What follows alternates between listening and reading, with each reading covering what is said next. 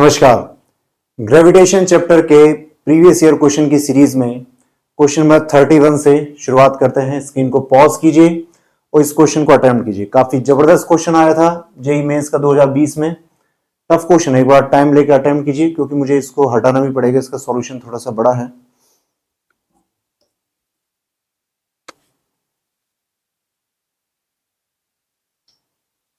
देखिए क्वेश्चन में क्या बोला है।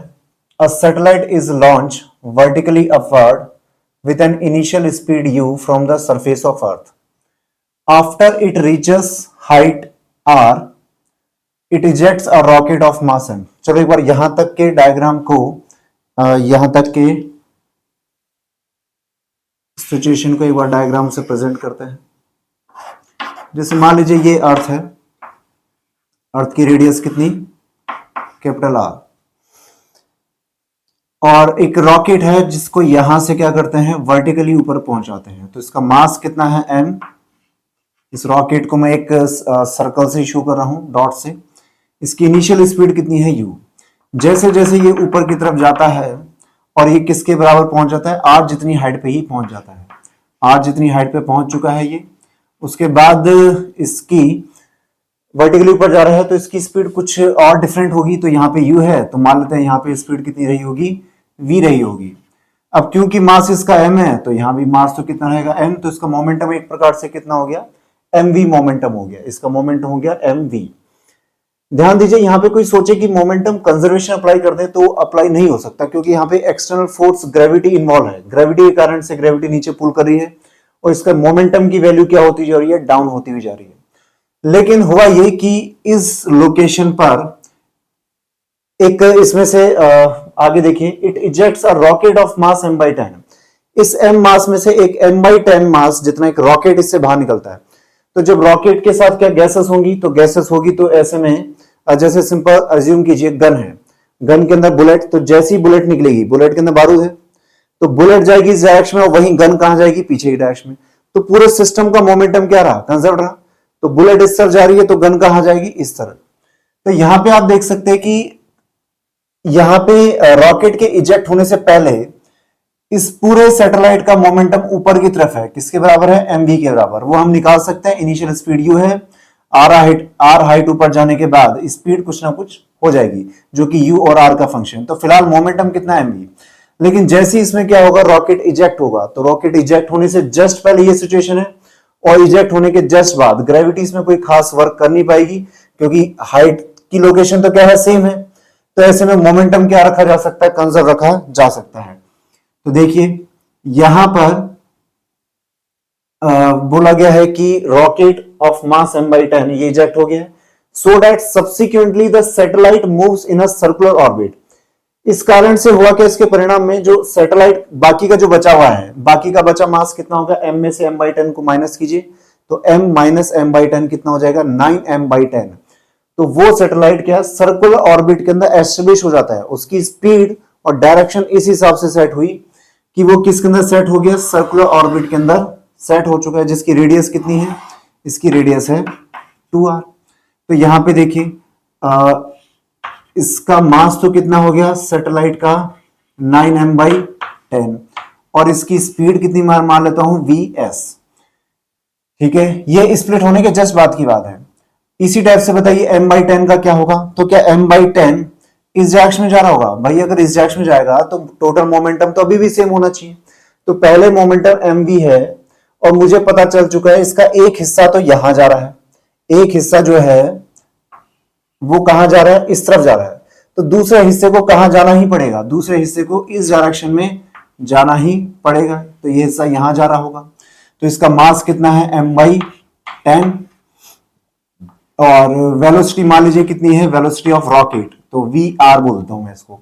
तो देख सकते हैं आप इस तरीके से कि अगर ये स्प्लिट नहीं होते तो टोटल मोमेंटम कितना होना चाहिए था, mv।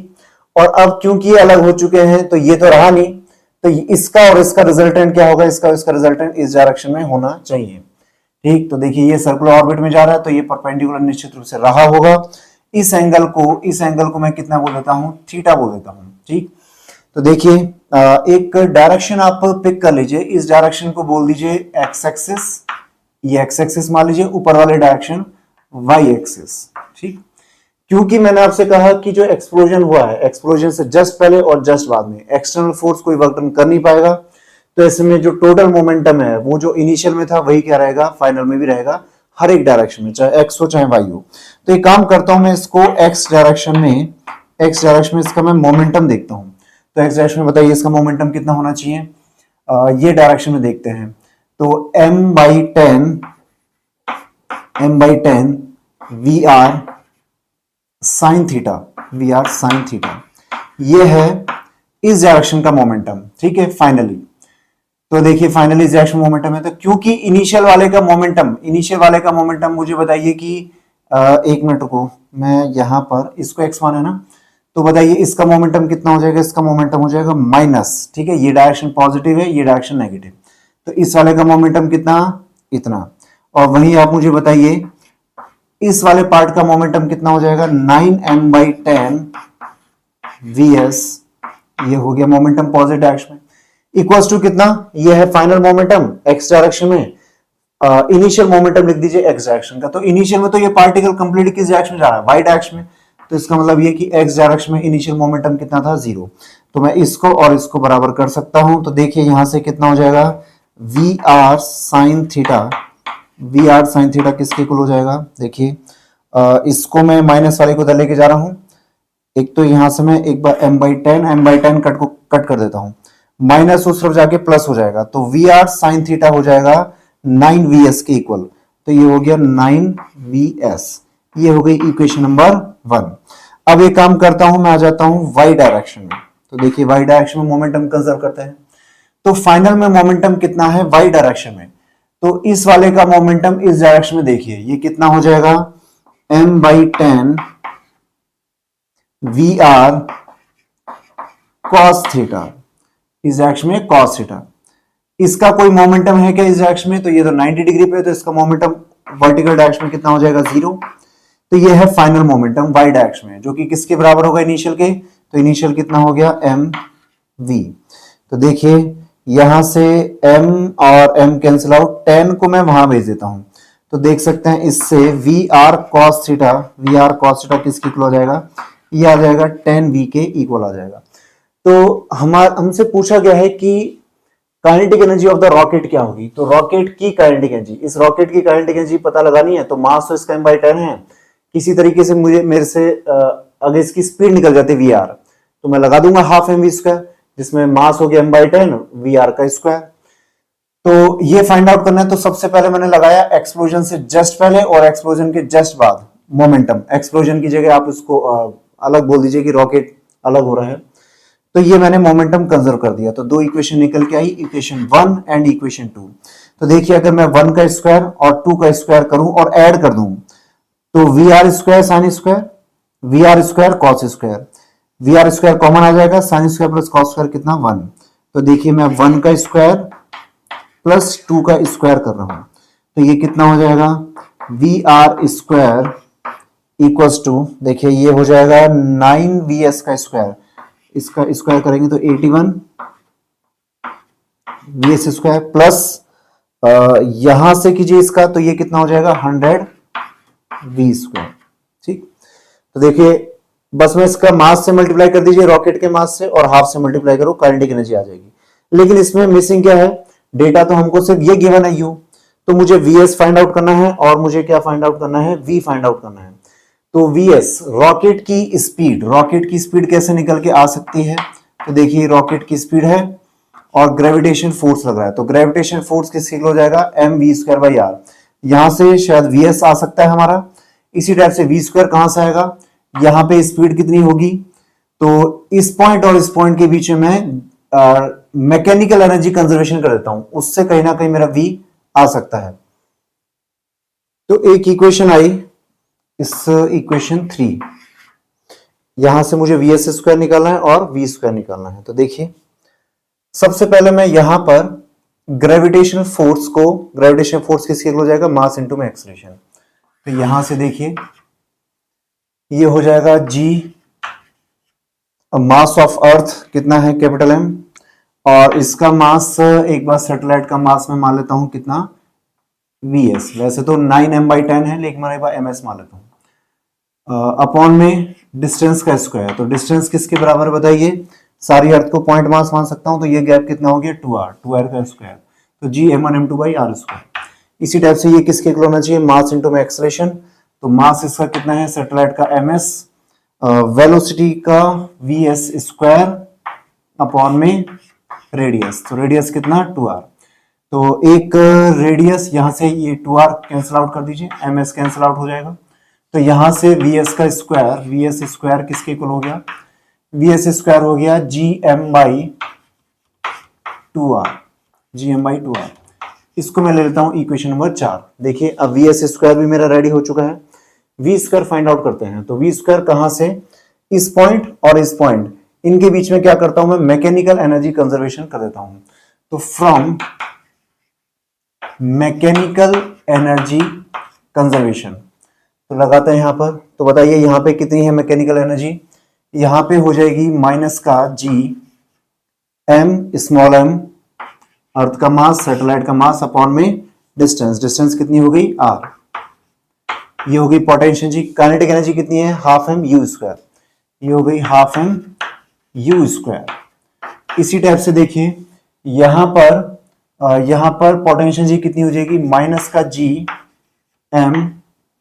m अपॉन में कितना, डिस्टेंस कितनी हो चुकी है सेंटर से 2r, प्लस काइनेटिक एनर्जी कितनी हो जाएगी, हाफ मास m, ठीक है, एक्सप्लोजन से जस्ट पहले देखता हूं मैं, तो मास m और वेलोसिटी v का स्क्वायर। अब मुझे यहां से एक काम कीजिए, सब जगह एक तो 2 हटाइए सब जगह से, ये 2 है, ये 2 एंड ये 2, यहाँ पे 2 नहीं है, तो एक काम करो ऊपर नीचे 2 से मल्टीप्लाई करो, तो ये वाला 2 तो कट हो जाएगा, ये 2 रह जाएगा। और यहां से स्मॉल m को भी क्या कर दीजिए, सब जगह से कैंसिल आउट कर दीजिए, इस v² को छोड़ दीजिए।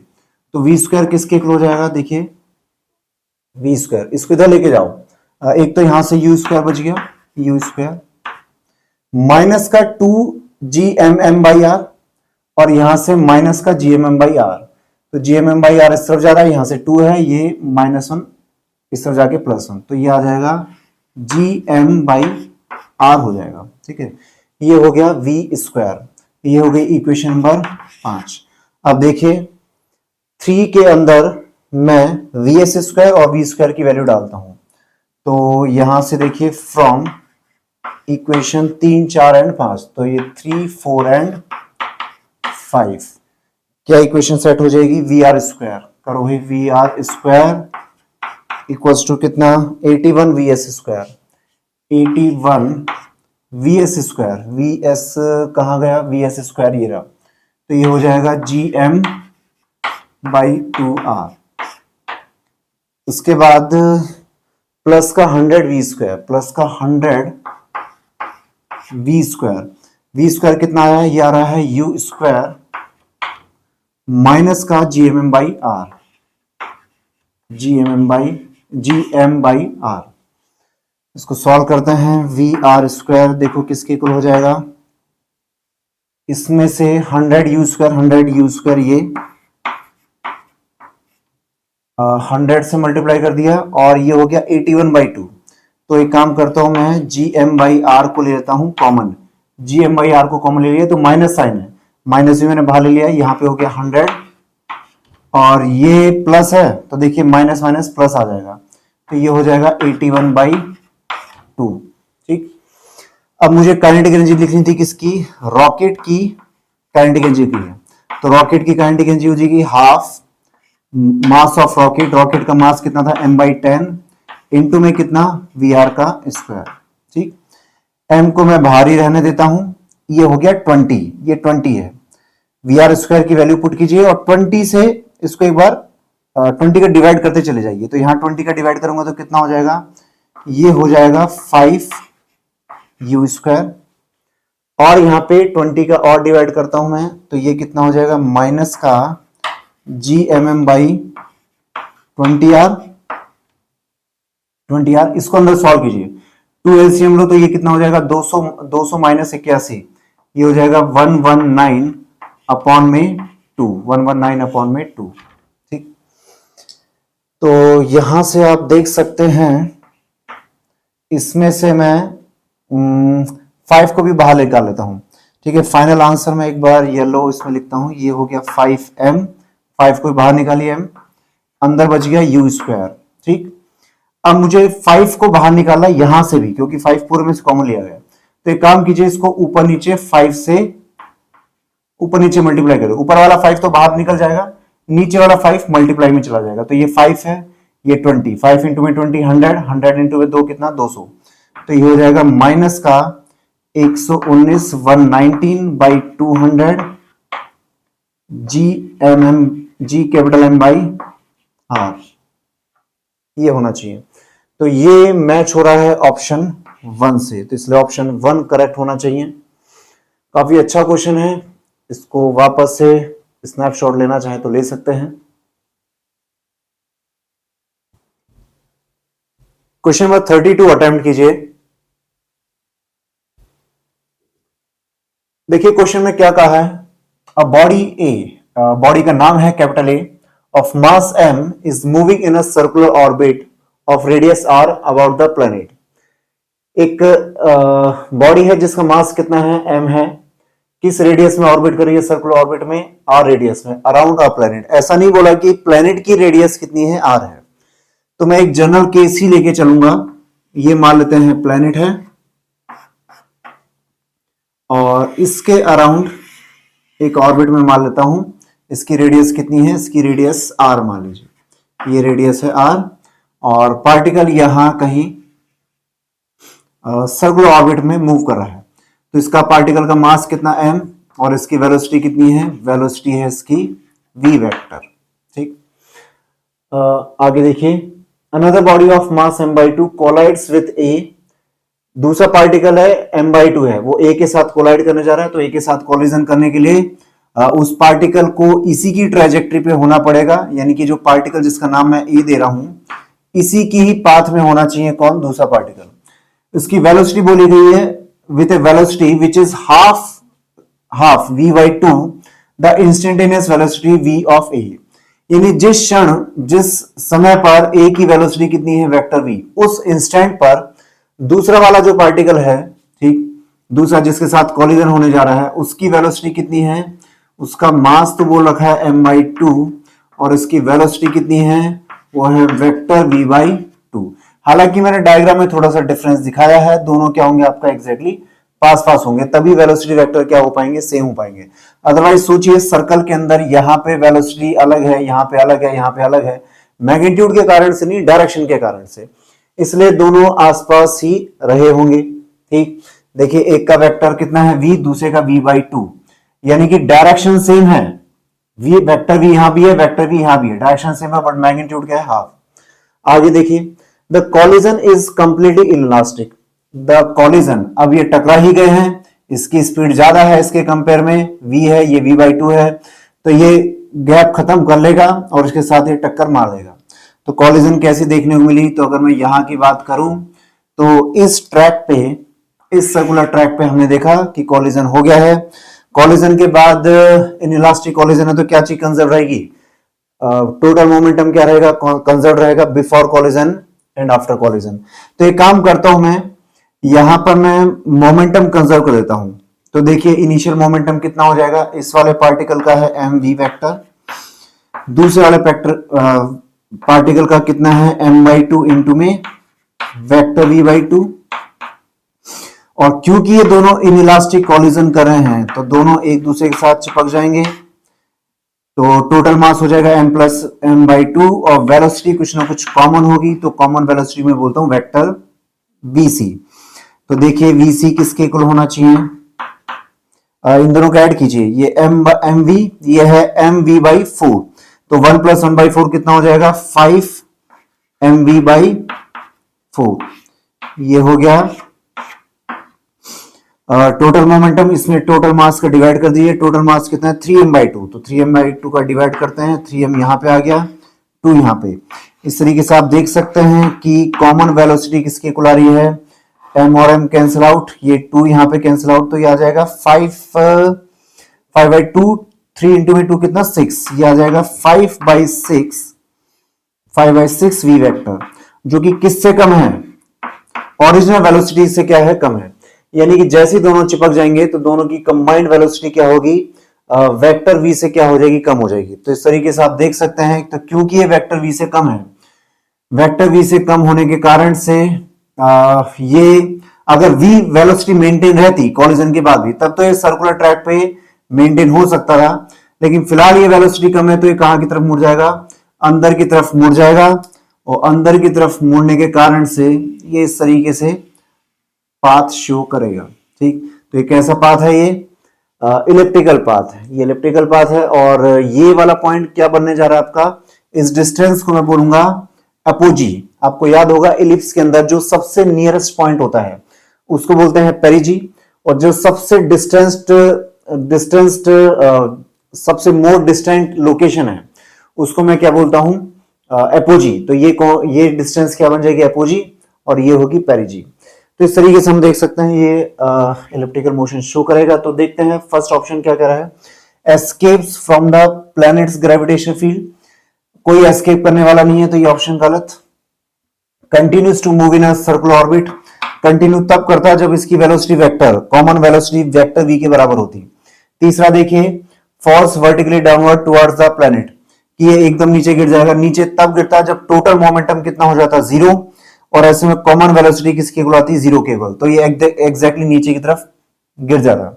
फोर्थ क्या है, start moving in an elliptical orbit around the planet. तो फोर्थ ऑप्शन मोस्ट अप्रोप्रिएट है। क्वेश्चन नंबर 33 अटेम्प्ट कीजिए, काफी अच्छा क्वेश्चन है ये।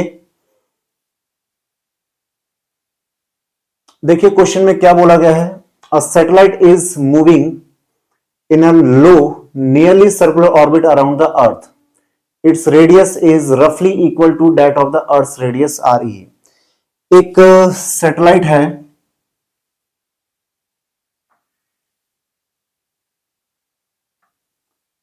जो कि ये मान लीजिए कि अर्थ, इसकी रेडियस कितनी, आर ई, इसका मास मान लीजिए एम। तो एक सैटेलाइट है जो अर्थ की सरफेस के काफी नजदीक सर्कुलर मोशन कर रहा है। ठीक, तो इसकी रेडियस कितनी होगी, आर ई। तो मान लेते हैं एक बार, ये रॉकेट इस तरीके से मान लीजिए, ये रॉकेट है, सॉरी सैटेलाइट। इसकी वेलोसिटी कितनी है, इसकी वेलोसिटी मान लीजिए v।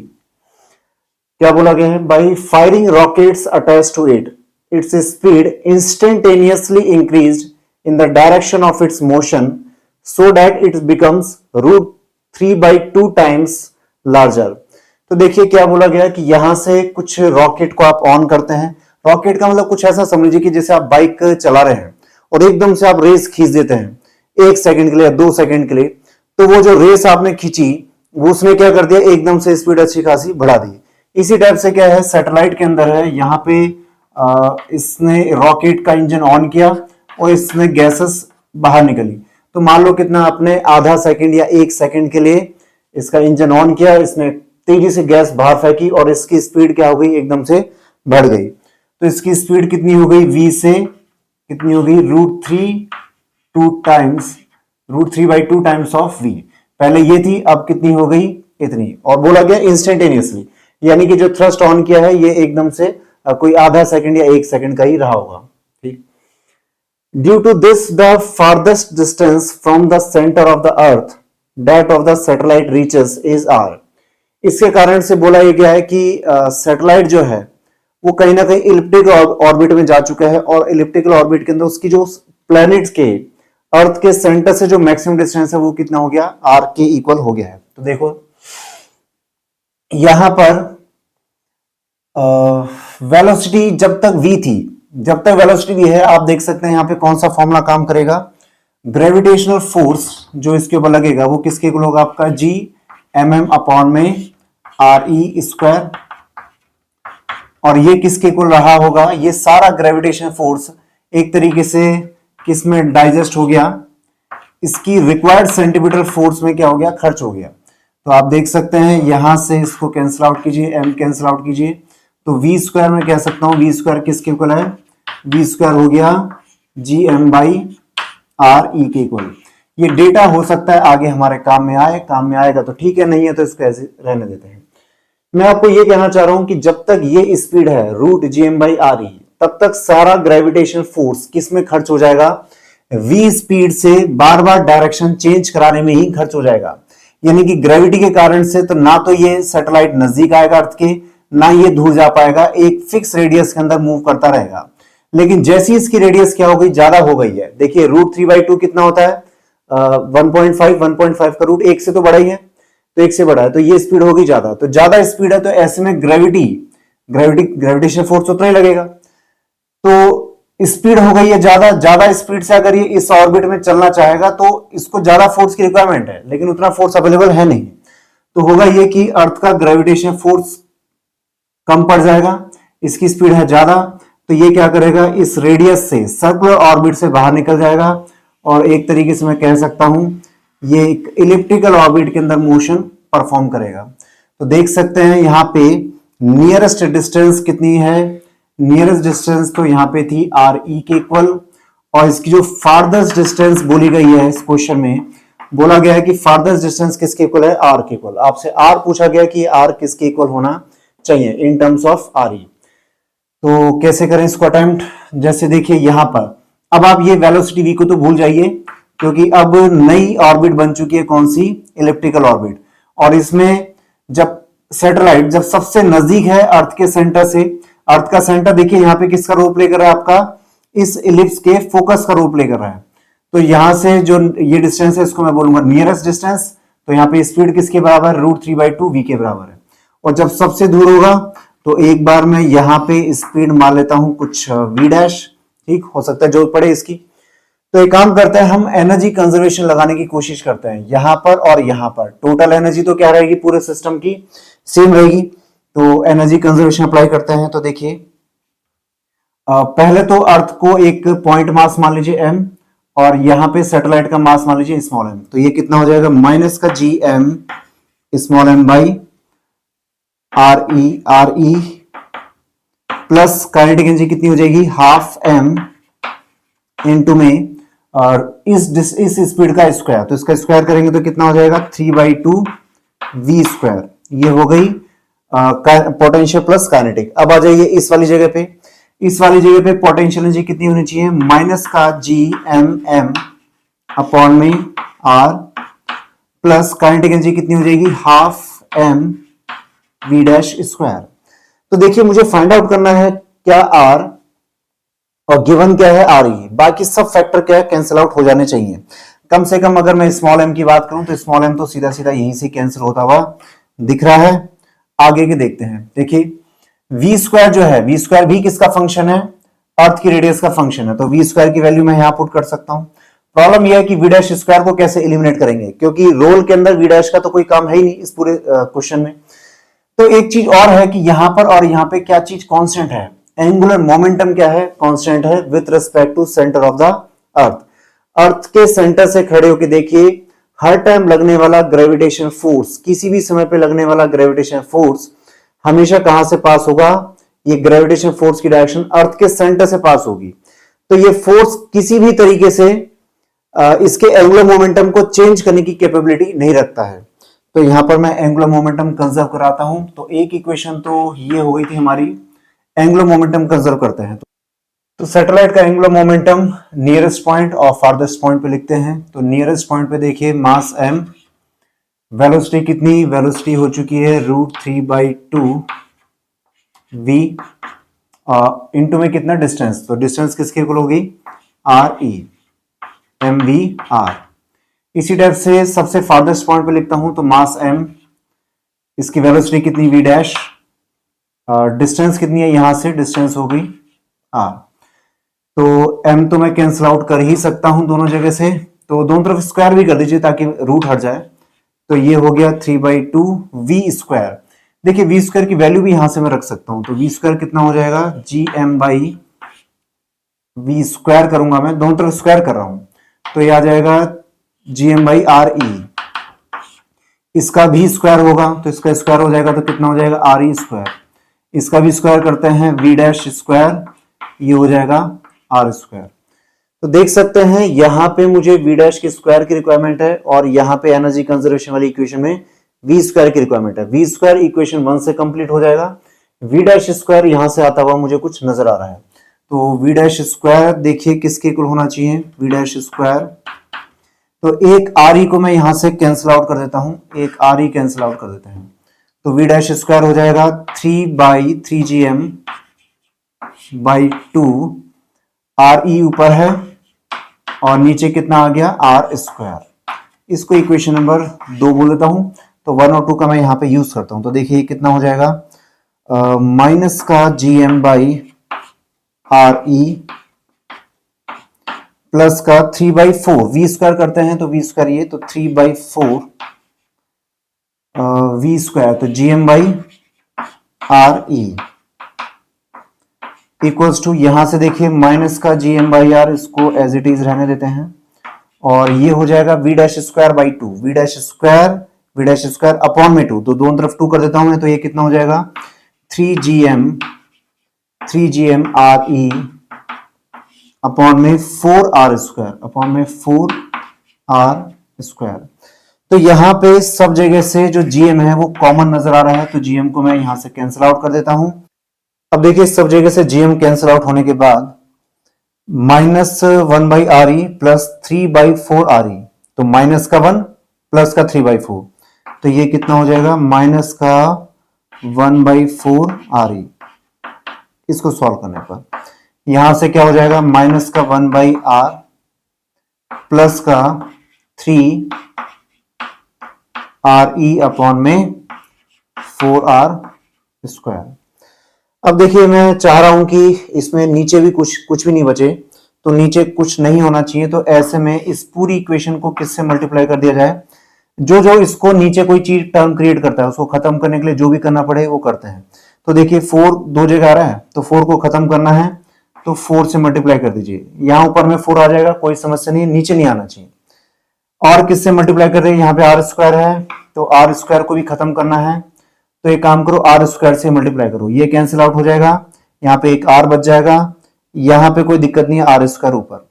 इस पूरी इक्वेशन में एक आर ई नीचे दिख रहा है, इसको खत्म करना है तो ऊपर एक आर ई से क्या कर दीजिए मल्टीप्लाई कर दीजिए। तो मल्टीप्लाई करने पे देखिए क्या इक्वेशन आ जाएगी, इस पूरे को मल्टीप्लाई करो इससे, तो 4re तो कैंसिल आउट, यहां पे आ जाएगा माइनस का आर स्क्वायर। इसी टाइप से यहां देखिए एक आर कैंसिल आउट, लेकिन यहां पे कौन बच जाएगा 4, एक आर और एक आर ई, ठीक।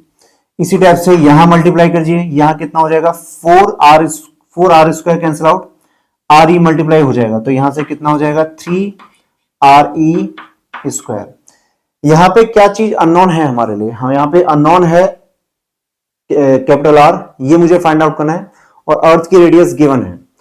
तो ये देखिए यहाँ पे स्मॉल आर स्क्वायर को माइनस वाले को आर स्क्वायर को मैं इधर लेके आता हूं, तो क्या इक्वेशन हो जाएगी, इक्वेशन हो जाएगी आर स्क्वायर और यहाँ पे माइनस का 4re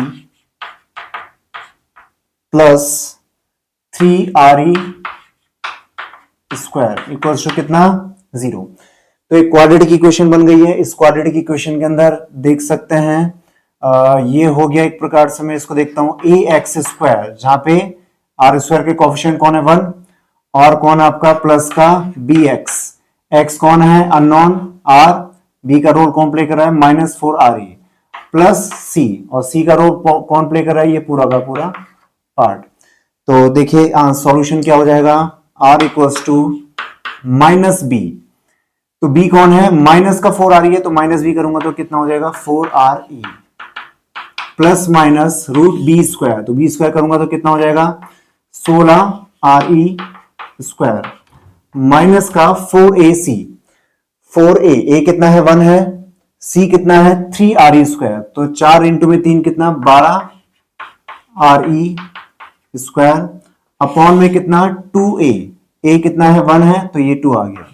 तो यहां से देख सकते हैं 4re प्लस माइनस 16 माइनस 12 कितना हो जाएगा 4, 4 का रूट कितना हो जाएगा 2, तो ये हो जाएगा 2re अपॉन में कितना 2। एक बार प्लस ले लीजिए तो 4 और 2 6, 6/2 कितना 3re, और एक बार अगर मैं यहाँ पे कौन लेता हूं माइनस लेता हूं तो माइनस के साथ कितना हो जाएगा, 4 माइनस 2 कितना 2, 2/2 कितना 1, तो ये आ जाएगा आर ई। ठीक, तो यहाँ पे देखिए मैथमेटिक्स इस बात को नहीं जानती। मैथमेटिक्स ने तो कुल मिला के ये बता दिया कि वेलोसिटी और आर एक दूसरे के परपेंडिकुलर कब होंगे। तो एक तो सबसे नियरेस्ट डिस्टेंस है तो वो तो आर ई था ही, और सबसे फारदेस्ट डिस्टेंस किसके इक्वल है, वो हो गया 3 RE। तो मैं यहाँ पे सॉल्यूशन में क्या उठा लूंगा, 3 RE उठा लूंगा। भाई आर ई तो यहाँ पे है ही, फारदेस्ट पूछा है तो फारदेस्ट कितना हो जाएगा, ये हो जाएगा 3 RE। तो कौन सा ऑप्शन करेक्ट होना चाहिए, ऑप्शन 1 करेक्ट होना चाहिए।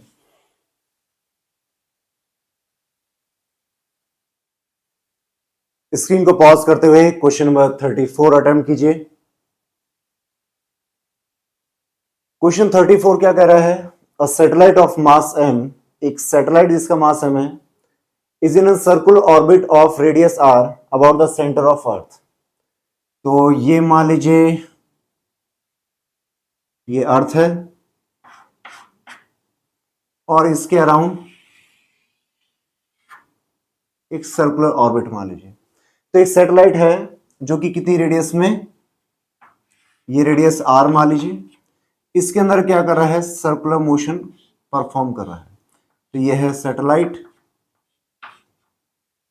मैं समझाने के लिए इसकी वेलोसिटी अभी कितनी मान लेता हूं, इसकी वेलोसिटी मान लेते हैं v और इसका मास कितना है m मास है, वेलोसिटी v। तो देखिए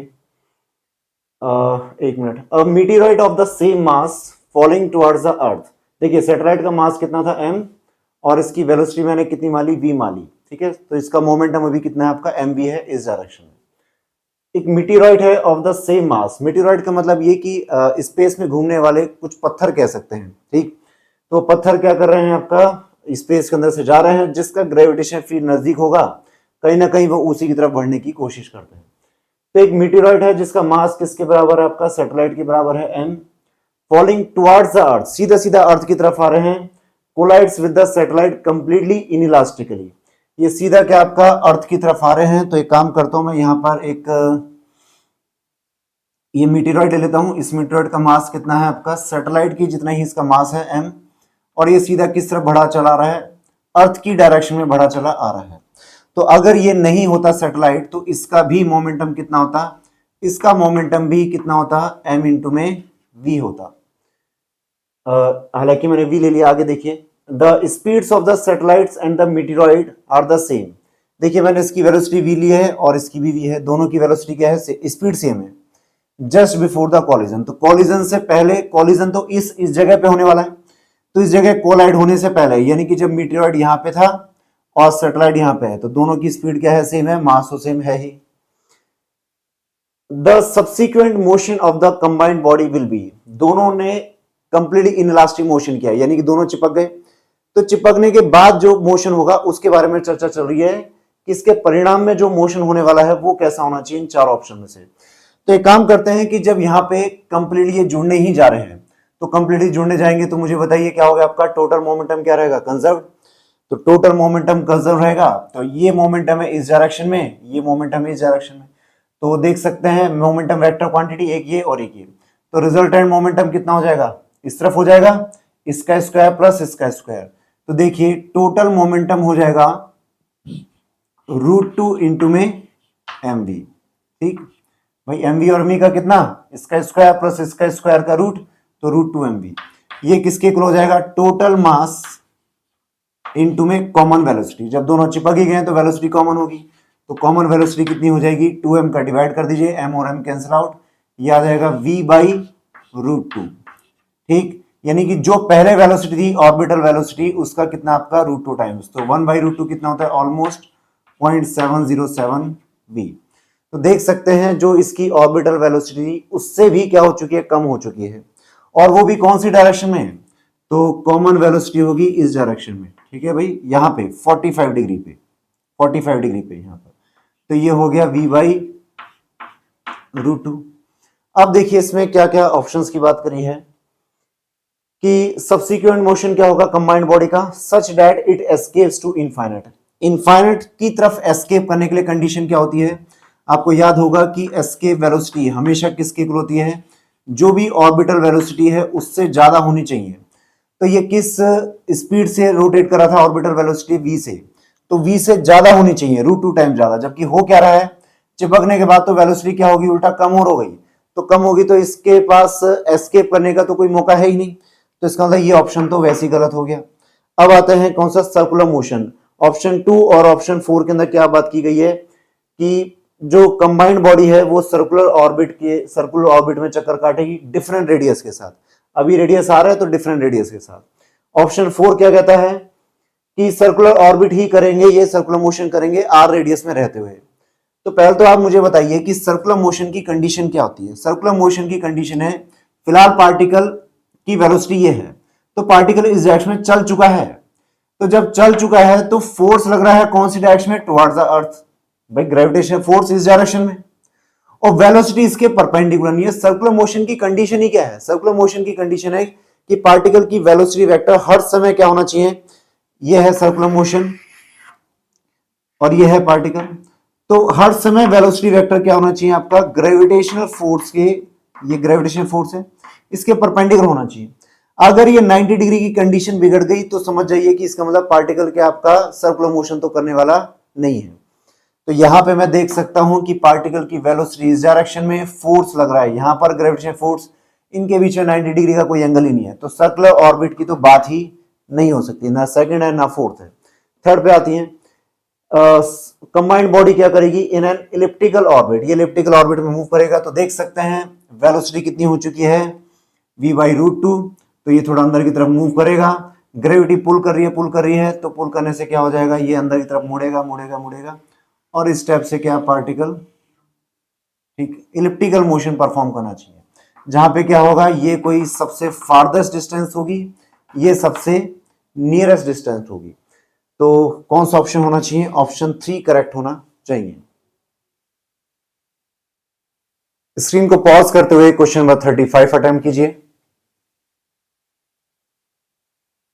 देखिए क्वेश्चन 35 क्या कर रहा है, consider a binary star system of star A and star B with masses ma and mb revolving in a circular orbit of radii ra and rb respectively.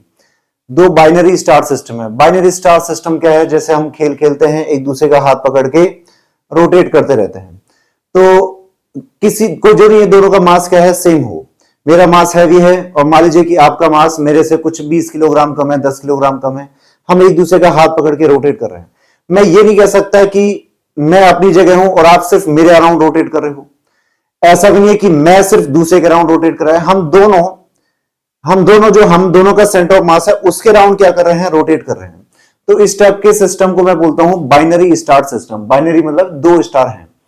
तो इसको समझाने के लिए मान लीजिए कि एक स्टार, ये मान लीजिए ये स्टार ए है, दूसरा स्टार मैं थोड़ा सा इसको हैवी ले लेता हूं, ये स्टार ले लेते हैं बी, ठीक। तो देख सकते हैं दोनों का सेंटर ऑफ मास किसके पक्ष में होगा, बी के नजदीक होगा। तो यहां पे ए जो है, ए तो कौन सी ऑर्बिट में रोटेट करेगा, ए तो इस तरीके से एक ऑर्बिट में रोटेट कर रहा है। वहीं जो बी है, देखिए सेंटर कौन बनने जा रहा है, ए का सेंटर ये बनने जा रहा है, तो ये किसके अराउंड, ठीक। यहां पे मैं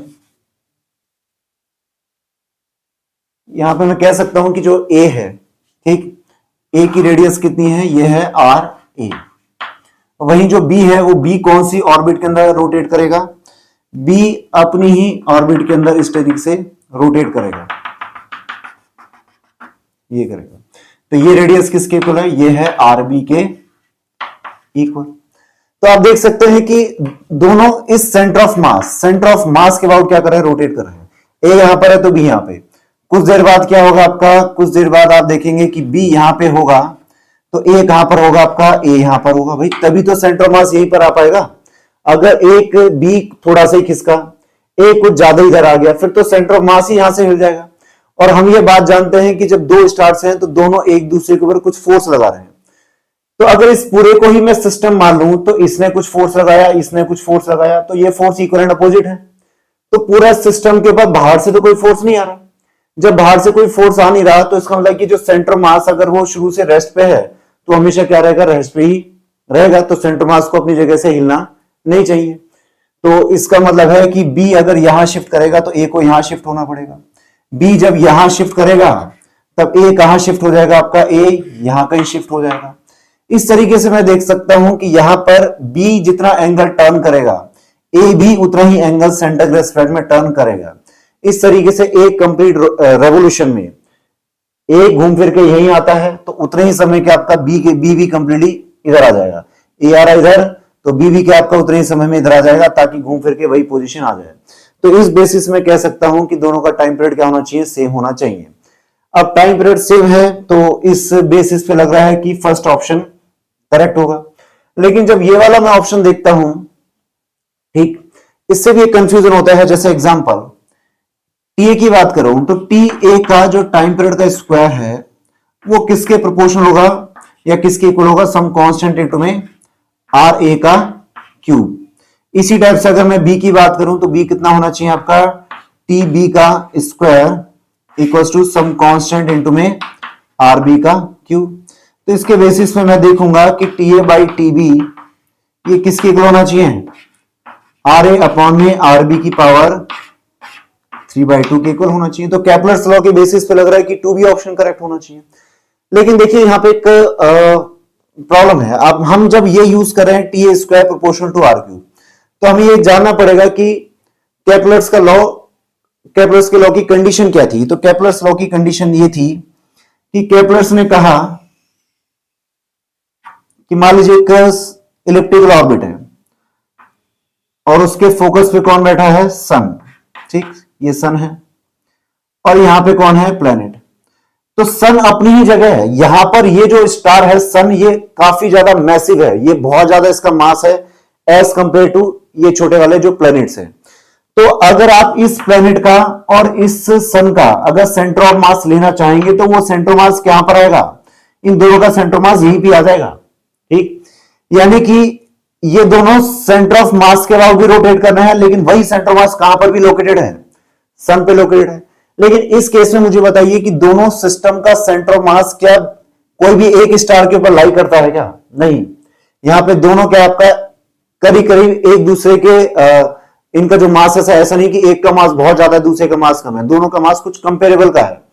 तो इसलिए सेंटर मास किसी एक जगह यहां पर या यहां पर लाई नहीं करता है। जबकि इस केस में इसने कहा था कि केपलर्स ने कि जो एक मैसिव स्टार होना चाहिए जो अपनी जगह रहेगा, दूसरा प्लैनेट इसके अराउंड क्या करता रहेगा, रिवॉल्व करता रहेगा। तो इस केस में इन दोनों का सेंटर मास और सन का सेंटर वो क्या रहेगा, कॉमन रहेगा। तो यहां पर बोला गया था कि T square proportional to R cube. जबकि ये कंडीशन, जो कंडीशन ये है वो यहां पे मीट होती हुई नजर नहीं आ रही है। हम रेडियस तो कहां से ले रहे हैं, यहां से ले रहे हैं। तो जबकि क्या आपका ये जो सेंटर है वो यहां पे या यहां पे लाई नहीं करता। इसलिए मैं कौन से ऑप्शन के बारे में इसको मैं चीज अप्लाई कर ही नहीं सकता। तो जो अप्लाई नहीं कर सकता है तो इसका ये ऑप्शन गलत हो जाएगा। केवल कौन सा ऑप्शन करेक्ट है, फर्स्ट ऑप्शन करेक्ट है। थर्ड के बारे में देखिए, T A is greater than TB, T A is greater than TB, ये इसकी बात ही नहीं हो सकती क्योंकि दोनों टाइम के आपका सेम है। ये मास या रेडियस के ऊपर डिपेंड कर ही नहीं रहे हैं, ठीक। स्क्रीन को पॉज करते हुए क्वेश्चन नंबर 36 जो कि इंटीजर टाइप क्वेश्चन है इसको अटेम्प्ट कीजिए। देखिए क्वेश्चन में क्या बोला गया है, in the reported figure of earth के अलग अलग पॉइंट पर ग्रेविटी की वैल्यू हम जानते हैं। तो ऐसा नोटिस किया गया है, the value of acceleration due to gravity is same at point A and C. एक पॉइंट ए है, यानी कि अगर मैं अर्थ के अंदर टनल कर दूं, इस टनल के अंदर कोई पॉइंट ए होगा, वहां से किसी पार्टिकल को मैं छोड़ता हूं तो उसका एक्सेलरेशन मान लो समझाने के लिए कितना, 5 मीटर पर सेकंड स्क्वायर। किसी पार्टिकल को यहां छोड़ता हूं तो 1 सेकंड में वो कितनी स्पीड गेन कर लेता है, 5 मीटर पर सेकंड गेन कर लेता है। वही पॉइंट सी जो कि आउटसाइड में पॉइंट है, अर्थ के आउटसाइड में है, यहां भी मैं किसी पार्टिकल को छोड़ता हूं तो उसका एक्सेलरेशन कितना होता है, वही 5 मीटर पर सेकंड स्क्वायर है। यानी कि 1 सेकंड के अंदर कितनी स्पीड पकड़ लेगा, ये 5 मीटर पर सेकंड की स्पीड गेन कर लेगा। तो ये दोनों सेम है, but it is smaller than that of its value at point B, surface of the earth. और ये दोनों ही वैल्यू किससे कम है, आपका सरफेस वाली ग्रेविटी से कम है। तो सरफेस पे हम जानते हैं ग्रेविटी कितनी होती है, 9.8 मीटर पर सेकंड स्क्वायर, ये सबसे हाईएस्ट होती है। और उसके अलावा कोई भी पॉइंट होगा तो वहां पे ग्रेविटी की वैल्यू कम ही होगी। तो बोला गया है कि the value of O A ratio A B will be X x by Y, x ratio Y, the value of x is, तो ये OA और AB का रेशियो मुझे फाइंड आउट, मुझे निकालना है। तो देखिए कहां कहां पे ग्रेविटी मुझे सेम करनी है, पॉइंट A पर और पॉइंट C पर। तो पॉइंट A पर और पॉइंट C पर ग्रेविटी क्या है, सेम है। A का मतलब क्या है, एक पॉइंट जो कि कहां की तरफ है आपका, इनसाइड में है, इनसाइड द अर्थ। और वहीं अगर मैं C की बात करूं तो C का मतलब क्या है, आपका एक ऐसा पॉइंट जो अर्थ के आउटसाइड में है, तो यह है आउटसाइड वाला। तो देखिए इनसाइड के अंदर सेंटर से कोई भी जनरल डिस्टेंस, मान लीजिए x, तो यहां पे ग्रेविटी का फॉर्मूला कितना हुआ करता था, तो इसका फॉर्मूला हुआ करता था m जहां पे क्या है, मास ऑफ अर्थ, अपॉन में अर्थ की रेडियस का क्यूब, इनटू में x, ये जनरल फॉर्मूला होता था इनसाइड के लिए। वही आउटसाइड के लिए बताइए क्या होगा, आउटसाइड के किसी भी पॉइंट पर ग्रेविटी है, कैसे निकाल सकता हूं, पूरी अर्थ को एक पॉइंट मास में कंसीडर किया जा सकता है, पॉइंट मास में मान लिया, तो बताइए पॉइंट सी की यहां से डिस्टेंस कितनी हो जाएगी, ये होगी r, जो कि 6400 किलोमीटर है, ये r हो गई, और ये है 3200, यानी कि एक प्रकार से मैं इसको क्या बोल सकता हूं, r/2, अर्थ की रेडियस का हाफ, तो ये r प्लस r/2, तो कितनी डिस्टेंस हो जाएगी, 3r/2। तो इसका फॉर्मूला क्या होता था, एक पॉइंट मास मान लीजिए, तो पॉइंट मास के केस में बताइए कितनी होती थी gravity, simple gm by distance square. तो डिस्टेंस कितनी है, डिस्टेंस है 3r/2, इसका स्क्वायर, इनको मैं से इक्वल पुट कर देता हूं, तो देखिए आपका gm and gm cancel out, यहां से ये हो जाएगा x अपॉन में r³, इसका स्क्वायर कीजिए, ये हो जाएगा 9r², और 2 का स्क्वायर कितना हो जाएगा, 4। तो इस तरीके से x की वैल्यू देखिए, r³ है, r² है, केवल एक r रह जाएगा यहां पर, इस r को मैं यहां भेज देता हूं, तो ये कितना हो जाएगा, 4r/9। तो x की वैल्यू आ गई 4r/9, और xc तो किसके इक्वल है, OA के इक्वल है। अब बात कर लेते हैं किसकी, AB, तो AB किसके इक्वल होगा, तो देखिए ये x तो किसके इक्वल आ गया, ये x आ गया OA के इक्वल, और वहीं देखिए यहां पर AB को एक प्रकार से क्या y मान लीजिए, तो AB किसके इक्वल है, मैं एक बार सीधा AB को मैं y मान लेता हूं, तो ये y कितना हो जाएगा, एक प्रकार से r माइनस एक्स के इक्वल हो गया है, ठीक, ये पूरा r, इसमें से x माइनस कर दीजिए, तो देखिए ये कितना हो जाएगा, r माइनस 4r/9, तो ये आ जाएगा r माइनस 4r/9 कितना, 5r/9, ठीक। देखिए ये क्वेश्चन को सॉल्व करते हुए मैंने बाई चांस इसकी वैल्यू क्या मान ली, x मान ली। अब वैसे इस x का इस x के साथ कोई लेना देना नहीं है, यहाँ पे OA रेशियो AB, जैसे मान लो ये डिस्टेंस कुछ है 2000 किलोमीटर, ये 1000 किलोमीटर, तो रेशियो कितना हो जाएगा, 2:1, तो कहीं ना कहीं x और y 2 और 1 को रिप्रेजेंट कर रहा है। OA तो क्या है, OA तो लेंथ है, तो ये लेंथ होगी 2000 किलोमीटर, ये होगी 1000 किलोमीटर, इसका मतलब ये कि x के लिए 2000 है, y के लिए 2000 है, बात रेशियो की हो रही है, तो ये कितना 2:1 है। तो यहां पर मैं कहीं से भी OA x को रिप्रेजेंट नहीं कर रहा है, ठीक। तो एक काम करता हूं मैं, थोड़ा सा यहां वाला x और ये वाला x डिफरेंट है, तो एक काम करो, बस आप OA को मान लीजिए कितना, 4r/9, और AB कितना हो जाएगा, AB हो जाएगा, इसको इग्नोर कीजिए एक बार, इसको इग्नोर कीजिए, इसको भी इग्नोर कीजिए, तो AB कितना हो जाएगा, r माइनस 4r/9, जो क्या आ जाएगा, 5r/9। तो यहां पे देखिए ये रेशियो कितना हो जाएगा, OA अपॉन में AB, तो OA किसके इक्वल हो जाएगा, 4r/9, और इसमें AB का डिवाइड करो 5r/9, तो r/9 कट, तो ये आ गया 4/5। अब इस रेशियो को क्या बोला गया है, इसको बोला गया है x/y। तो पूछा गया है कि अगर ये रेशियो x/y है, then the value of x, तो x कितना होना चाहिए, तो x की वैल्यू हो जाएगी 4 के इक्वल। तो यहां पे हमारा आंसर हो गया x इक्वल्स टू 4।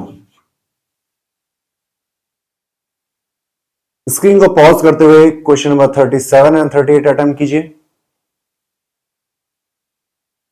देखिए क्वेश्चन नंबर 37 में क्या कहा है, the radius to which the present radius of earth to be compressed so that the escape velocity is increase 10 times, कि अर्थ को कंप्रेस करके कितनी रेडियस का बना दिया जाए ताकि अर्थ की सरफेस पे किसी भी पार्टिकल की एस्केप वेलोसिटी 10 टाइम्स हो जाए।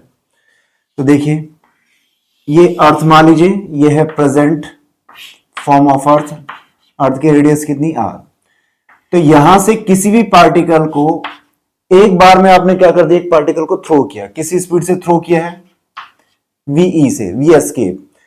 तो ये वेलोसिटी से अगर मैं इसको फेंकता हूं तो ये इनफाइनाइट पे जाते जाते अर्थ, ये इनफाइनाइट पे पहुंच जाएगा, यानी कि अर्थ के ग्रेविटेशनल फील्ड से बाहर हो जाएगा, और साथ ही साथ इसकी काइनेटिक एनर्जी या इसकी स्पीड घटते घटते कितनी हो जाएगी, 0। तो इसको बोलते थे हम एस्केप वेलोसिटी, यानी कि वो मिनिमम वेलोसिटी जो एक बार में ही किसी पार्टिकल को दे दी जाए। यानी कि रॉकेट नहीं है, रॉकेट में तो क्या आपका रॉकेट बराबर एनर्जी बीच बीच में अपनी एनर्जी बढ़ाता रहता है, तो रॉकेट की तो स्पीड अगर आप शुरुआत में कम रखोगे तो भी कोई प्रॉब्लम नहीं है। एस्केप वेलोसिटी में एक बार में ही वेलोसिटी देनी होती है, एक बार में आपको फेंकना है। तो ये वीई किसके इक्वल होता था, अंडर रूट में 2gm बाई आर के इक्वल। अब मैं इसको क्या कर रहा हूं, कंप्रेस कर रहा हूं। तो कंप्रेस करके मान लो मैंने कितना बना दिया, ये इसकी रेडियस, कुछ नई रेडियस बना दी है, स्मॉल आर। अब अर्थ का मास तो मैंने उतना ही रखा, मास में क्या रख रहा हूं, मास तो रख रहा हूं सेम। बोला गया है कि अर्थ को कंप्रेस करना है, यानी कि कंप्रेस करके मास में कोई चेंज नहीं होना चाहिए, रेडियस क्या कर दो आपका, कम कर दो। तो अब यहां पे क्या हो गया आपका, यहां पे इस सरफेस से जो नई सरफेस दिख रही है, यहां से किसी पार्टिकल को मैंने फेंका, तो फेंक रहा हूं तो उसकी नई एस्केप वेलोसिटी कितनी है, वीई डैश। तो ये वीई डैश बताइए किसके इक्वल होनी चाहिए, ये होनी चाहिए अंडर रूट में 2gm बाई स्मॉल आर, ये नई एस्केप वेलोसिटी है। तो क्वेश्चन में बोला गया है कि ये वी एस्केप नई वाली ये किसके इक्वल हो जानी चाहिए, 10 टाइम्स ऑफ ओरिजिनल वैल्यू। तो ओरिजिनल वैल्यू कितनी थी, वीई, तो इसको कर दीजिए इक्वेशन में, ये वैल्यू पुट कर दीजिए, कितना हो जाएगा, रूट में 2gm बाई स्मॉल आर, ये हो गया 10 टाइम्स ऑफ रूट में 2gm बाई कैपिटल आर।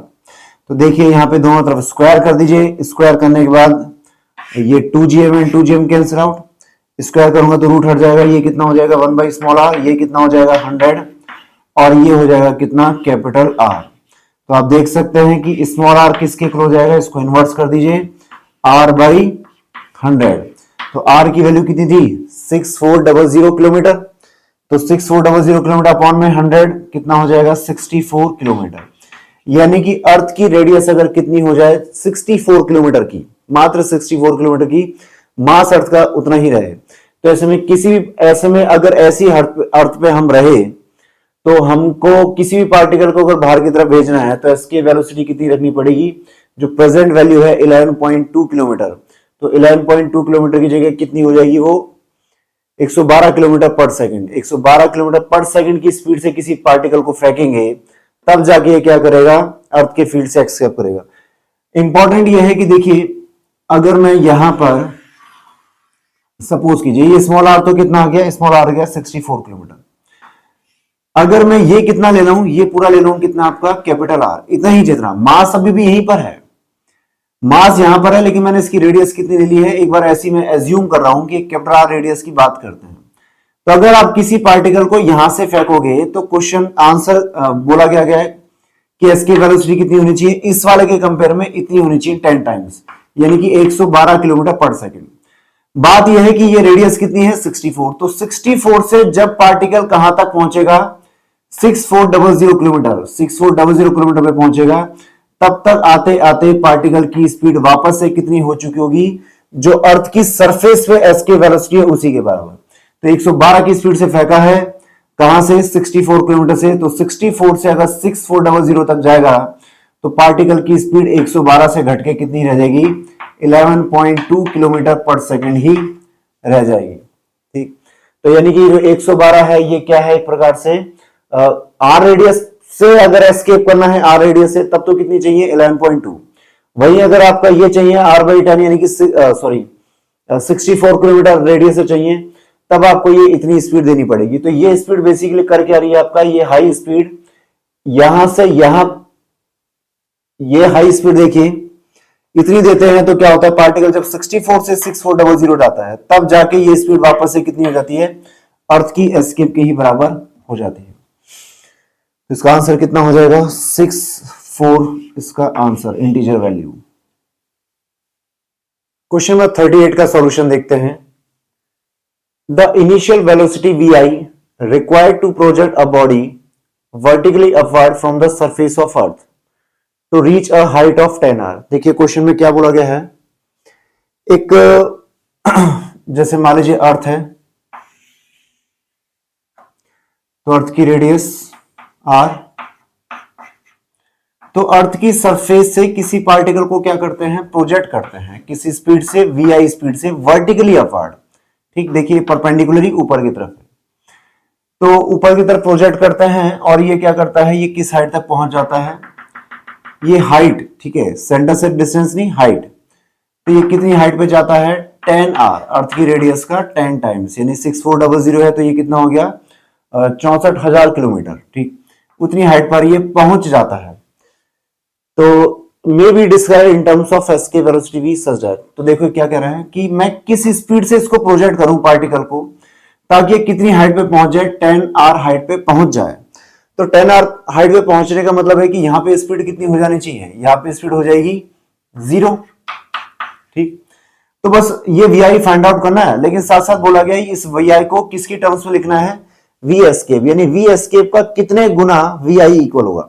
तो कितने गुना होगा, तो वो जो संख्या होगी उसको किसकी फॉर्म में लिखा है, √x/y की फॉर्म में लिखा है। तो देखिए कैसे इसको किया जा सकता है, एक काम करते हैं हम इसमें कंजर्वेशन ऑफ मैकेनिकल एनर्जी लगाते हैं।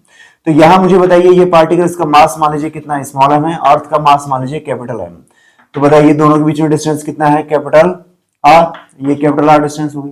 तो कितनी पोटेंशियल जी इनिशियल में, इनिशियल में पोटेंशियल जी है माइनस का GMM अपॉन में कैपिटल R, और पार्टिकल को काइनेटिक एनर्जी कितनी दी है, हाफ mv_i²।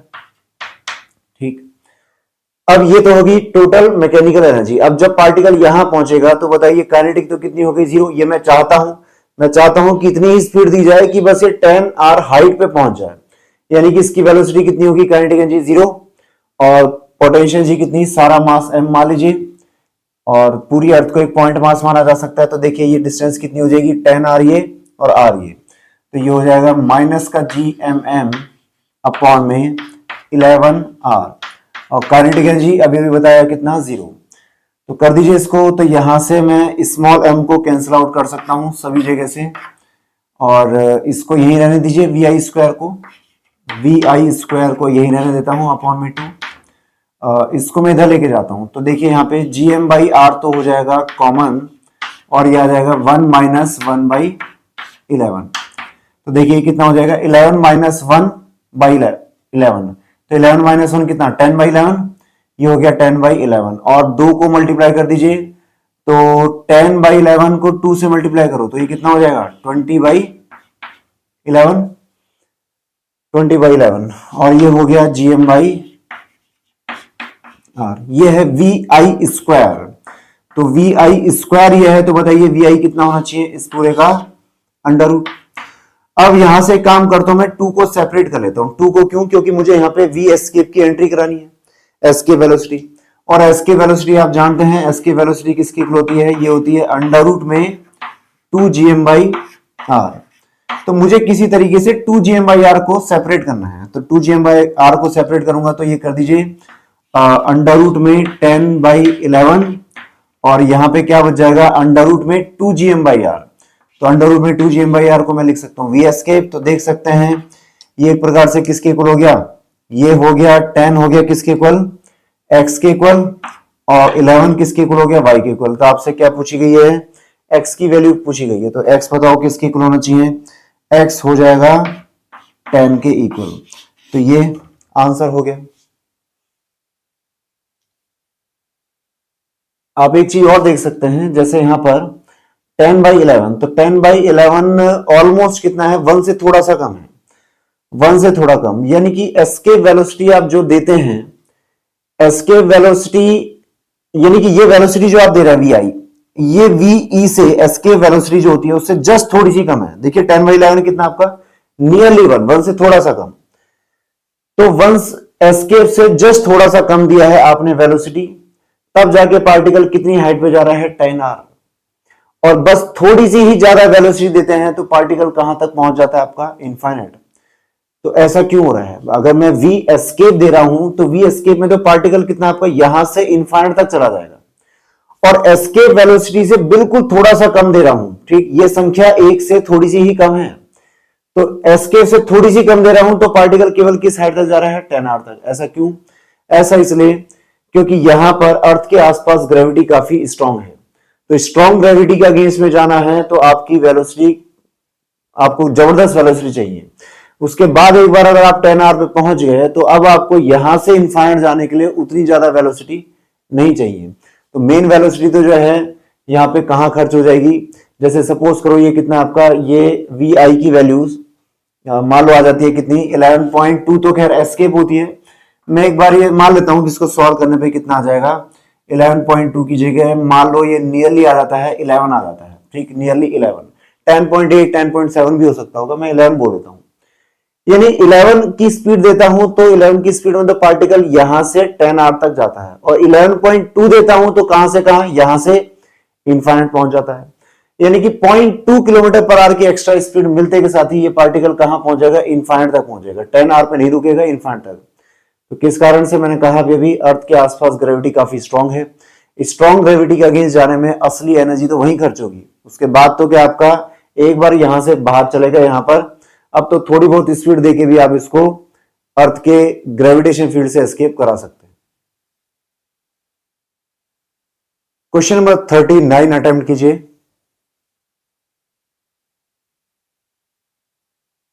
देखिए क्वेश्चन नंबर 39 में क्या कह रहा है, दो सैटेलाइट हैं S1 और S2 सर्कुलर ऑर्बिट में प्लेनेट के अराउंड क्या कर रहे हैं, रिवॉल्व। प्लेनेट बोला है, अर्थ नहीं बोला है, अर्थ के अलावा कोई भी प्लेनेट हो सकता है। विथ रेडियस R1 3200 और R2 800 किलोमीटर रेस्पेक्टिवली। तो एक की ऑर्बिट रेडियस कितनी है 3200, दूसरी की ऑर्बिट रेडियस कितनी है 800 किलोमीटर। यानी कि निश्चित रूप से ये अर्थ तो नहीं है, अर्थ की तो रेडियस ही 6400 है, तो अर्थ के बाहर ही ऑर्बिट करोगे, अर्थ के अंदर थोड़े ना करेंगे orbit. The ratio of the speed of satellite S1 to the speed of satellite S2 in their respective orbits will be. तो ये मान लीजिए जैसे ये प्लैनेट है, ठीक, इसकी रेडियस कुछ रही होगी, तो इसके अंदर एक सैटेलाइट, तो ये कौन सी ऑर्बिट में रेडियस ऑर्बिट कर रहा है 800 किलोमीटर में, तो ये मैं मान लेता हूं ये है 800 किलोमीटर, ये हो गया R2। एक और ले लेते हैं जो कि कितना आपका 3200, तो ये 3200 के अंदर क्या कर रहा है, ऑर्बिट कर रहा है। तो इसकी वेलोसिटी मान लेते हैं, इसकी वेलोसिटी कितनी है सैटेलाइट की v1, और दूसरे वाला जो सैटेलाइट है इसकी वेलोसिटी मान लीजिए कितना v2। तो बस इनका रेशियो पूछा गया है। वैसे तो देखिए ऑर्बिटल स्पीड का फॉर्मूला अगर आपको याद है तो ऑर्बिटल स्पीड का फॉर्मूला होता था √gm/r, ठीक, स्मॉल r का मतलब, या इस केस में कैपिटल R मान लीजिए, जिसका मतलब क्या है ऑर्बिट की रेडियस। तो फिर भी मैं मान के चलता हूं, हो सकता है ये फॉर्मूला दिमाग में क्लिक ना हो, तो एक काम कीजिए कि जनरल रेडियस स्मॉल r मान लीजिए। तो जनरल रेडियस स्मॉल r मानूंगा तो मुझे बताइए कि पूरी प्लैनेट, सैटेलाइट जिसका मास स्मॉल m है और प्लैनेट जिसका मास कैपिटल M है, तो कितने ग्रेविटेशन फोर्स अट्रैक्ट करेगा, Gmm/r²। तो ये है नेट फोर्स, और नेट फोर्स किसके इक्वल होता है, मास इनटू में एक्सेलरेशन। एक्सेलरेशन सर्कुलर के केस में एक्सेलरेशन कितना होता है, v² small r। Small r का मतलब क्या है, जिस ऑर्बिट के अंदर, जिस रेडियस के ऑर्बिट में सैटेलाइट रोटेट कर रहे हैं। तो यहां से मैं देख सकता हूं स्मॉल m कैंसिल आउट हो गया, एक स्मॉल r कैंसिल आउट, और एस्केप ऑर्बिटिंग वेलोसिटी, इसको vo बोल देता हूं। ऑर्बिटिंग वेलोसिटी किसके इक्वल हो जाएगी, √में gm/r। तो ये फॉर्मूला याद होना चाहिए, नहीं है याद कोई दिक्कत नहीं है, आपका जब आप करने बैठेंगे कैलकुलेशन तो मुश्किल से कोई 15-20 सेकंड से ज्यादा नहीं लेगा। तो यहाँ पे क्या क्या पूछा गया है, किस किस की स्पीड का रेशियो, ये पूछा है v1, S1 और S2। तो S1 की वेलोसिटी कितनी है, v1 है, S2 की वेलोसिटी कितनी, v2। तो देखिए v1 की बात करूंगा तो ये कितना हो जाएगा, gm/r1, gm/r1। इसी टाइप से अगर मैं v2 का डिवाइड करूंगा तो वो कितना हो जाएगा, √में gm/r2, ठीक। तो gm और gm तो कैंसिल आउट, क्योंकि प्लेनेट का मास तो वही कॉमन है दोनों केस में, तो रेशियो ये आ जाएगा। तो आप देख सकते हैं ये कितना हो जाएगा, R2/r1। R2 कितना है, R2 है 800 और ये कितना 3200, ये 800 और ये 3200। रूट में पूरे का ही ले लेता हूं, तो आप बताइए कि ये कितना हो जाएगा, ये 1/4 हो जाएगा। तो 1/4 का रूट करूंगा तो कितना हो जाएगा, 1/2। तो बोला गया है कि v1 बाई v2 का रेशियो किसके इक्वल होना चाहिए, 1 बाई x। तो x की वैल्यू पूछी गई है, तो यहाँ पे आप देख सकते हैं कि x यहाँ पे किसके इक्वल है, 2 के इक्वल है। तो x इक्वल्स टू 2, ये आंसर होना चाहिए। स्क्रीन को पॉज करते हुए क्वेश्चन नंबर 40 अटेम्प्ट कीजिए। देखिए क्वेश्चन में क्या कर रहे हैं, an asteroid is moving directly towards the centre of earth. Asteroid का मतलब एक पत्थर सा मान लीजिए जो कि स्पेस के अंदर घूमते रहते हैं, वो अर्थ की डायरेक्शन में, अर्थ के सेंटर की ओर सीधा बढ़ रहा है। When at a distance of 10 R, जहां पे आर क्या है, radius of earth. Radius of earth कितना, 6400 किलोमीटर, उसका 10 टाइम्स यानी कि 64,000 किलोमीटर। तो जब ये अर्थ के सेंटर से 64,000 किलोमीटर है, तब it has a speed of 12 kilometre per second. Neglecting the effect of earth atmosphere, earth के एटमोस्फियर को इग्नोर कर दीजिए। What will be the speed of the asteroid when it hits the surface of the earth. देखिए ये अर्थ मान लीजिए, अर्थ की radius कितनी, आर, और अभी जो ये जो आपका एस्ट्रॉइड है सेंटर से कितने डिस्टेंस पे है, सेंटर से डिस्टेंस पे है 10 आर डिस्टेंस पे, यानी कि ये डिस्टेंस को मैं बिल्कुल सेंटर तक ले रहा हूं, तो ये आती है कितनी, 10 आर। तो फिलहाल जो है एस्ट्रॉइड है उसकी स्पीड कितनी है, उसका मास एक बार m मान लीजिए, उसकी कोई जरूरत पड़ेगी नहीं। और इसकी स्पीड किसके इक्वल है, फिलहाल इसकी स्पीड है कितना, 12 किलोमीटर पर सेकेंड। कहां गया आपका, इट्स 12 किलोमीटर पर सेकेंड।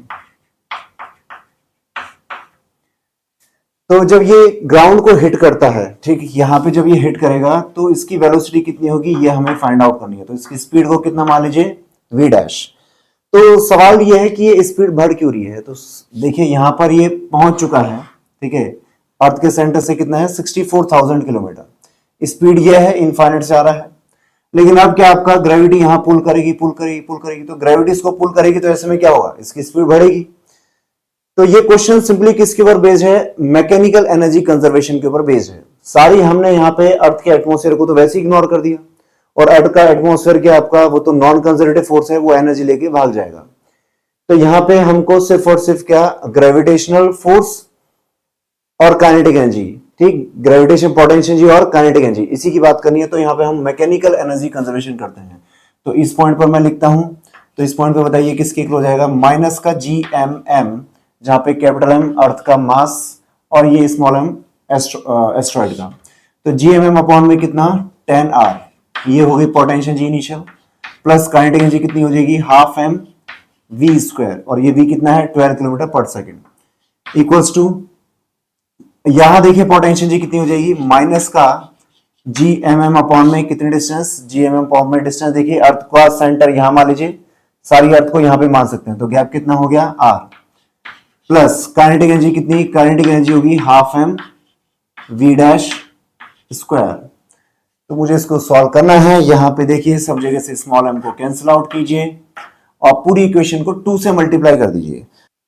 पूरी इक्वेशन को 2 से मल्टीप्लाई करने के बाद देखिए ये क्या इक्वेशन बन जाएगी, ये इक्वेशन हो जाएगी माइनस का 2gm बाई r, ये हो जाएगा v dash square.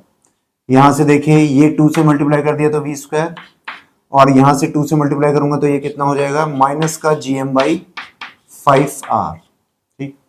v dash square find out करना है, इसको मैं यही रखता हूं इस जगह। इसके दूसरी साइड कौन है, v स्क्वायर है, और v डैश स्क्वायर है, इसके इस वाले पार्ट को मैं यहां भेज देता हूं। तो देखिए यहां भेजेंगे तो कितना हो जाएगा, gm by r, 2gm by r, 2gm by r, gm by r को मैंने ले लिया कॉमन, तो ये हो गया 2। यहां से देखिए gm बाई r कॉमन है, कॉमन में चला गया, तो ये कितना हो जाएगा, माइनस का 1 बाई 5। तो देखो ये 5 2 10 10 माइनस 1 9 बाई 5, ये हो जाएगा 9 बाई 5, 9 बाई 5, ये है gm बाई r। तो एक काम कीजिए, इसको ऊपर नीचे 2 से मल्टीप्लाई कर दीजिए, तो यहां पे इसको भी 2 से और यहां 5 को 2 से, तो 5 इंटू में 2 कितना हो जाएगा, 10। ऐसा मैंने क्या सोच के कर रखा है, देखिए क्वेश्चन में बोला गया है कि एस्केप वेलोसिटी ऑफ अर्थ वो कितनी है, 11.2 किलोमीटर पर सेकंड। यहाँ पे अर्थ का मास नहीं दे रखा, अर्थ की रेडियस नहीं दे रखी है। अर्थ का मास और रेडियस की इंफॉर्मेशन किसके थ्रू दी गई है, अर्थ की एस्केप वेलोसिटी के थ्रू दी गई है। तो देखिए यहां पर अर्थ की एस्केप वेलोसिटी आपको मालूम है किसके इक्वल होती है, अंडर रूट में 2gm/r। तो अगर मैं दोनों तरफ स्क्वायर कर दूं तो v एस्केप स्क्वायर को क्या लिख सकते हैं, 2gm/r। यानी कि इस इक्वेशन में जहां भी 2gm/r दिख गया उसको किससे रिप्लेस किया जा सकता है, v एस्केप यानी कि 11.2 किलोमीटर का स्क्वायर से रिप्लेस किया जा सकता है। तो देखिए यहां पर मैंने इसको 2gm/r क्रिएट कर दिया। तो 2gm/r अगले स्टेप में किससे रिप्लेस हो जाएगा, v एस्केप के स्क्वायर से रिप्लेस हो जाएगा। तो v स्क्वायर तो यहां पे है ही। तो देखो क्या इक्वेशन सेट होगी, ये हो गया 12 का स्क्वायर, ये हो गया 11.2 का स्क्वायर, इनटू में कितना 9/10 यानी कि सिंपल 0.9, ये हो गया v डैश स्क्वायर। तो v डैश कितना होना चाहिए, इस पूरी ही इक्वेशन का अंडर रूट। अब मुझे किसी तरीके से ये परफॉर्म करना है, तो एक काम करता हूं, पहले मैं 11.2 का स्क्वायर फाइंड आउट कर लेता हूं। तो 11.2 का स्क्वायर कितना हो जाएगा,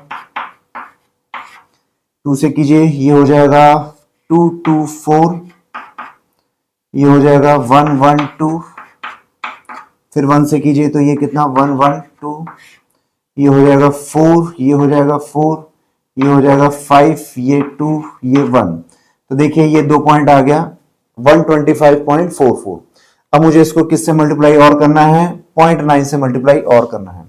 तो 125 को एक बार आप 9 से मल्टीप्लाई कीजिए, तो 9 से मल्टीप्लाई करेंगे तो ये 1250 में से 125 कम कर दीजिए तो ये कितना हो जाएगा, 1225, 1125 के आसपास हो जाएगा ये अप्रॉक्स, ठीक है। और 0.9 है तो 0.9 है तो ये लगभग कितना हो जाएगा 112.5, 112.5। क्योंकि ये 125.44 था तो ये थोड़ा सा आंसर ज्यादा होगा, तो मैं इसको 114 मान लेता हूं, अप्रॉक्स 114। तो देखिए ये पूरी चीज आ रही है 114 अप्रॉक्स, और 12 का स्क्वायर कितना हो गया 144। तो 144 प्लस 114 कितना हो जाएगा, ये 4 और 4 8, 4 एंड 1 5, 1 1 2, 258 अप्रॉक्स। अब देखिए ये किसके नियर है, तो 16 का स्क्वायर कितना होता है 256। तो ये ऑलमोस्ट किसके इक्वल है, ये ऑलमोस्ट 16 के स्क्वायर मान सकते हैं। तो ये कितना हो जाएगा 16, तो 16 किलोमीटर पर सेकेंड, ठीक। हालांकि इस क्वेश्चन के लास्ट में लिखा हुआ था कि आपको नियरेस्ट इंटीजर बताना है, तो एग्जैक्ट वैल्यू तो 16 से स्लाइटली डिफरेंट आएगी, लेकिन हमें इंटीजर वैल्यू लिखनी है तो हम क्या लिख सकते हैं 16 किलोमीटर पर सेकेंड। तो आप देख सकते हैं यहां पर एस्ट्रॉइड जब अर्थ के सेंटर से कितना दूर था 64,000 किलोमीटर, तब उसकी स्पीड थी 12। अब ग्रेविटी इसको पुल कर रही है, और अर्थ की सरफेस से जब ये कितना दूर था 6400 किलोमीटर, तब इसकी स्पीड 12 से कितनी हो चुकी है 16 किलोमीटर पर सेकंड, 12 से 16। तो आपको लगेगा ऐसा 12 से 16 कोई खास इंप्रूवमेंट तो नहीं है, बस 4 किलोमीटर पर सेकंड के स्क्वायर, नहीं। आप एनर्जी के सेंस में समझिए कि एनर्जी कितने टाइम्स बढ़ गई है। तो काइनेटिक एनर्जी किसको फॉलो करती है, हाफ एम वी स्क्वायर को, हाफ एम वी स्क्वायर। तो मास चलो इसका कुछ है, हाफ कुछ है, कांस्टेंट है। वी का स्क्वायर देखिए, तो वी स्क्वायर किस ऑर्डर का है 144। तो 144 लेवल की एनर्जी है, हाफ एम वी स्क्वायर करेंगे तो हाफ एम को अलग कीजिए, तो वी का स्क्वायर कितना 144, इस लेवल की एनर्जी है। और जब ये यहां स्ट्राइक कर रहा है तो इसकी स्पीड कितनी है 16, तो 16 का स्क्वायर कितना, 16 का स्क्वायर हो गया 256। तो देख सकते हैं 144 से कितना 256, यानी कि इसके डबल से थोड़ा सा ही कम, ऑलमोस्ट कितना आपका 80-90% एनर्जी जितनी थी उसका 80-90% और गेन कर लिया सिर्फ इतनी सी डिस्टेंस में।